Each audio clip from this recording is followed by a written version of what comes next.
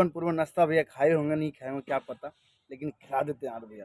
जौनपुर में नाश्ता ठेवना पे रख के भैया, अब क्या क्या खिलाएंगे भैया, गाना के माध्यम से सुनिए जरा। अवधेश प्रेमी लाया कि गाना भैया, उस गाने में भैया क्या बोल है गाने का, सुनवाते हैं दिखवाते हैं। और गाना का भैया इस पर कितना मिलियन रील्स बना भैया और कितना मिलियन व्यूज़ किया, सारी बात दिखाते हैं और सारी चीज़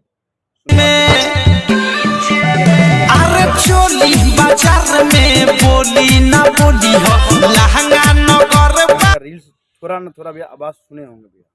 जौनपुर में नाश्ता जाता रहा लंदन, सुनिए जरा एक बार गाना भैया फिर बताते हैं। भैया माही मनीषा भैया, इसमें भैया जितने भी भोजपुरी के भैया अधिकतर कलाकार भैया इस पे भैया रील्स बना रहे हैं, जो छोटे छोटे कलाकार हैं। बड़े कलाकार तो भैया पता है आपको, किसी अपने खुद की वीडियो के लिए रील्स नहीं बनाते हैं, दूसरे वीडियो पे क्या रील्स बनाएंगे। गाना भैया इतना तेज़ी से वायरल हो रहा है, इतना तेज़ी से भैया गाना ये सॉन्ग वायरल हो रहा है, गाने का क्या तोड़ है भैया।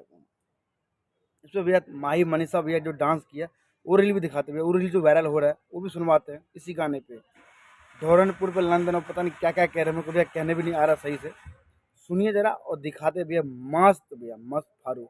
आप हमारे वीडियो अगर पहली बार आए हैं तो प्लीज़ हमारे चैनल को सब्सक्राइब कर दीजिएगा, बेल आइकन दबा के घंटा पर टंटना दीजिएगा, ताकि आपके पास मेरे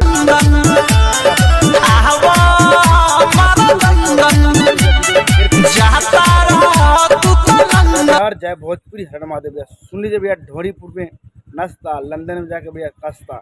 सुनिए जरा गाना एक बार, जय बिहार जय भोजपुरी। में पान खइहा जौनपुर में नाश्ता मोहन वाला ताजा राजा कहत जाई रास्ता।